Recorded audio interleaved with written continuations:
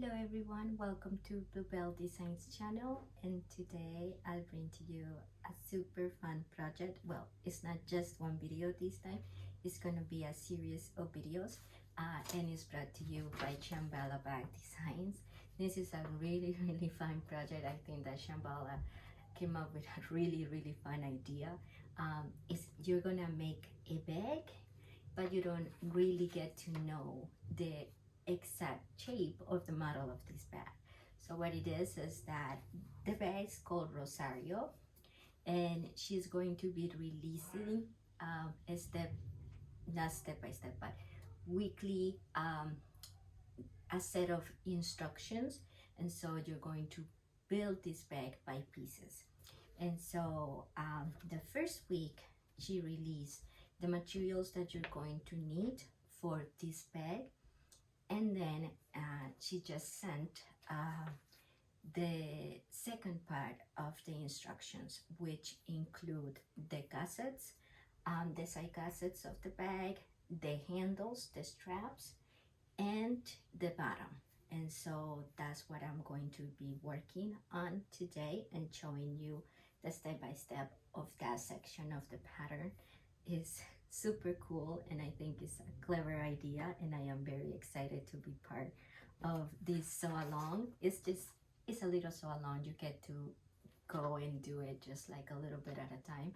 It's kind of when you do with quilting, you do the block of the month, and so you get a different block every month, and you don't know what you're getting.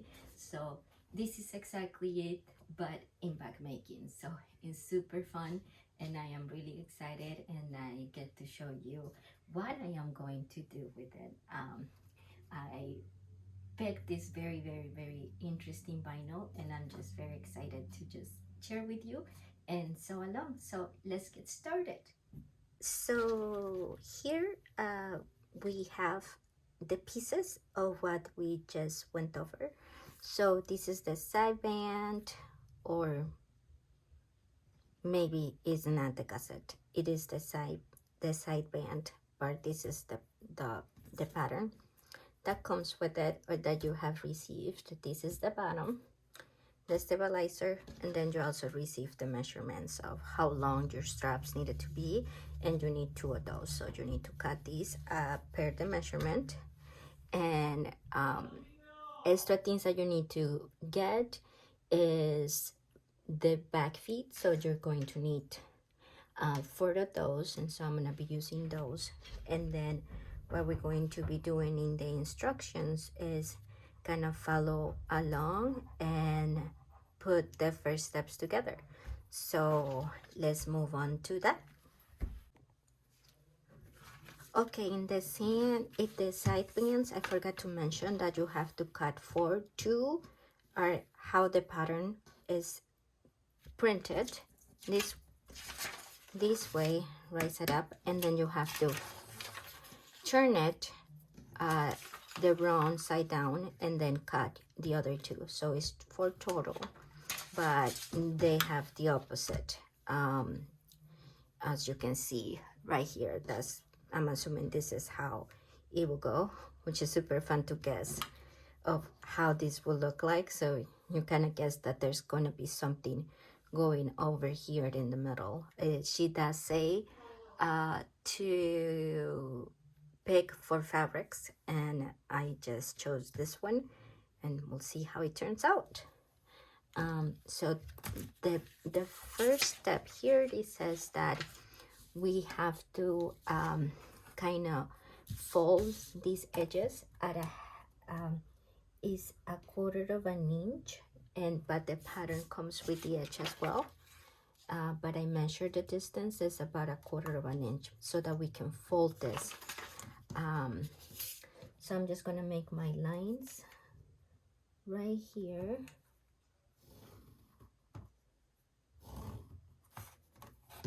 And then try to keep it consistent all the way through it. Right. I'm gonna just go around and look at the 4 thing. what we're gonna do is we're gonna put some double-sided tape in the inside. Oops, I just moved all of that.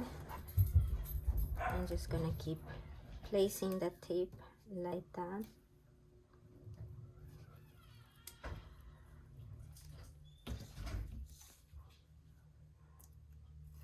And then you're just gonna take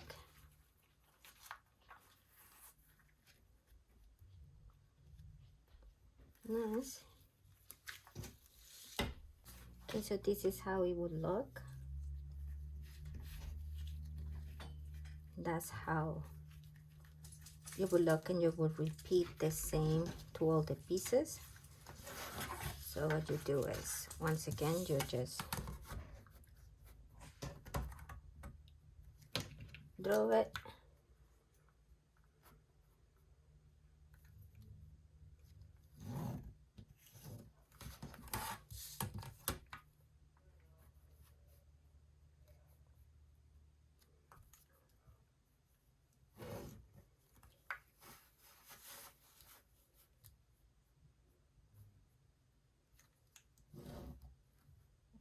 Oops.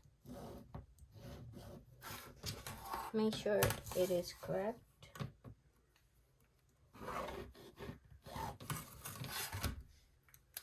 Now you're just gonna put it inside the marking.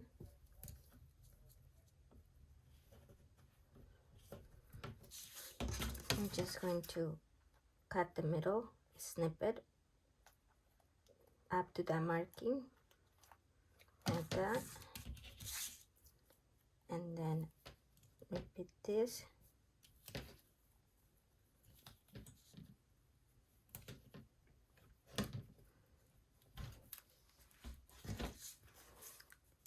And I realized that in the first time I did it wrong. So you don't fold it, you don't meet the middle, you fold it to when you where the marking that you made,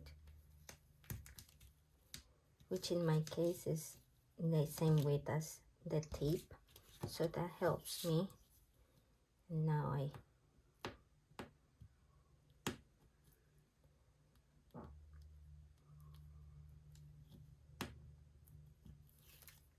and go over, and we're just making that single clip right there. It just folds. And then if you have some little ears, you can just trim those. There we go, trim those, and then you have that even. And then you repeat with the nest.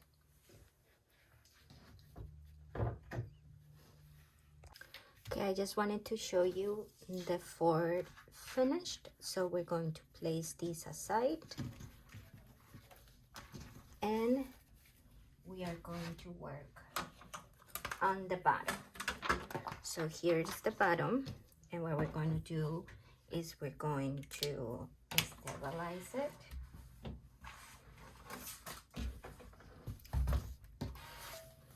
And to stabilize the bottom, I didn't have a piece as big, so it's okay. So I'm just going to place the stabilizer down. If you're using vinyl like me, make sure that your iron doesn't touch the front or it will melt it. So make sure it does that. If you want to use a piece of fabric, that will help, but you see, mine doesn't melt as long as you don't place it. And then you just place the other part right there and do the same thing. You're just going to fuse it. Oops. I'm going to do it this way. Make sure this as close as possible.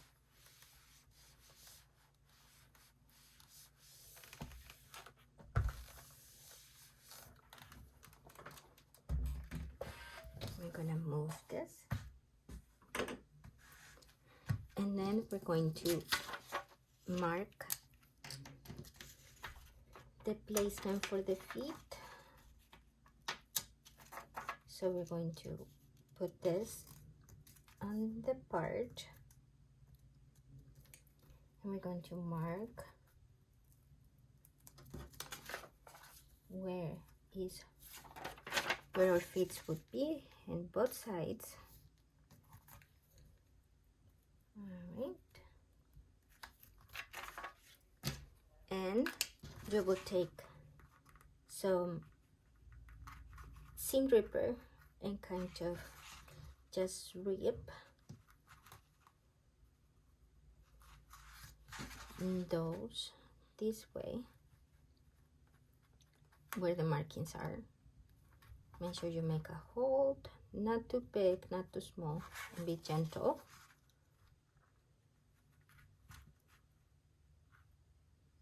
There you go. And now you're just gonna press and place your back feet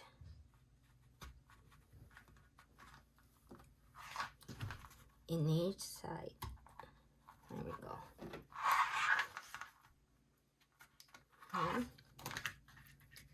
And before we continue, I am going to place a little bit of stabilizer on it. No, I'm not gonna place. I'm gonna open them up, but I'm gonna make sure. Maybe if I use the seam ripper too. There we go. I'm gonna make sure that I wanna open them up this way so I have enough space for the seam allowance when I'm sewing, and not the other way around, because if I turn them and open them the other way, this way, I may run around having issues. So I always recommend doing that. In this bag, I don't think it will matter. I think we have enough space, whether we do it the winch way or the other, but I always recommend doing it this way. And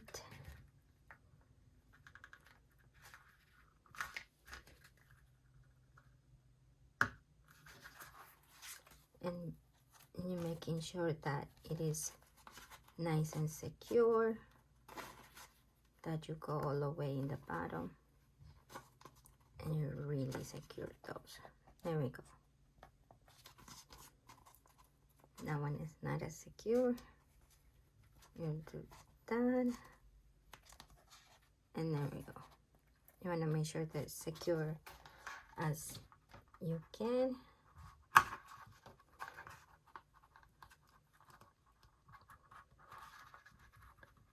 Help you with something to kind of get really close to the edge and press them down.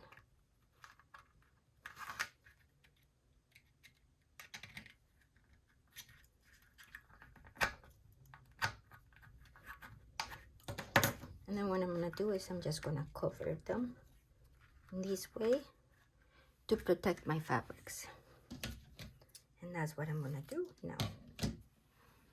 So I'm going to use this, my glue. I'm going to go around and just seal that.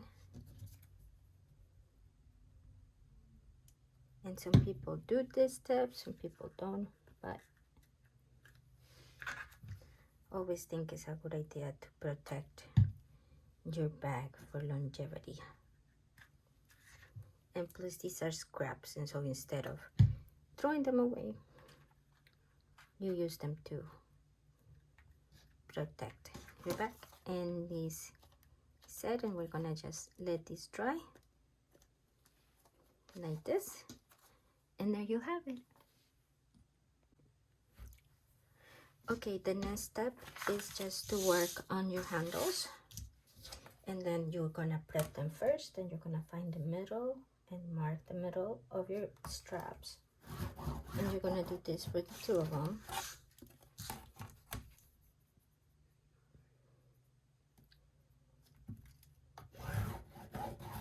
I don't think you can see it very well, but I am marking the 2 inches, which is the middle. And then I'm gonna place double-sided tip right in the middle.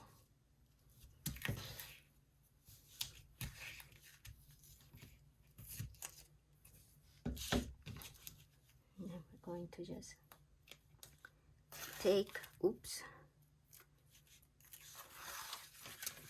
this double-sided tape out.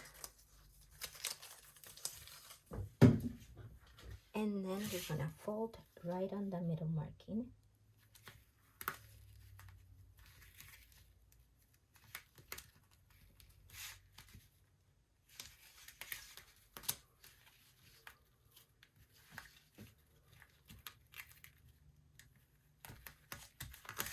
It's a very sticky tape.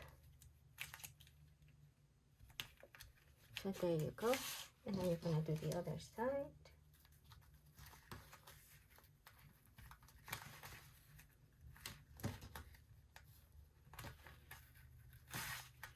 And it's little a bit temperamental right now, but you can just adjust it.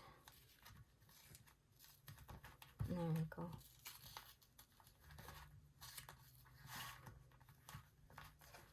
And what you do is you fold this in half, and then you get a 1-inch strip. And then what you're gonna do is you're gonna top stitch on both sides of it. I want to get my clips, and I'm going to, maybe I use these ones. And we're going to repeat this in this step. In the steps calls for you to sew it all together. I'm wondering if I'm just gonna keep them like this or if I'm gonna sew.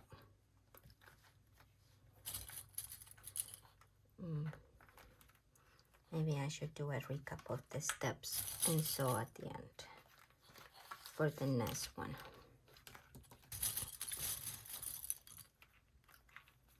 There we go.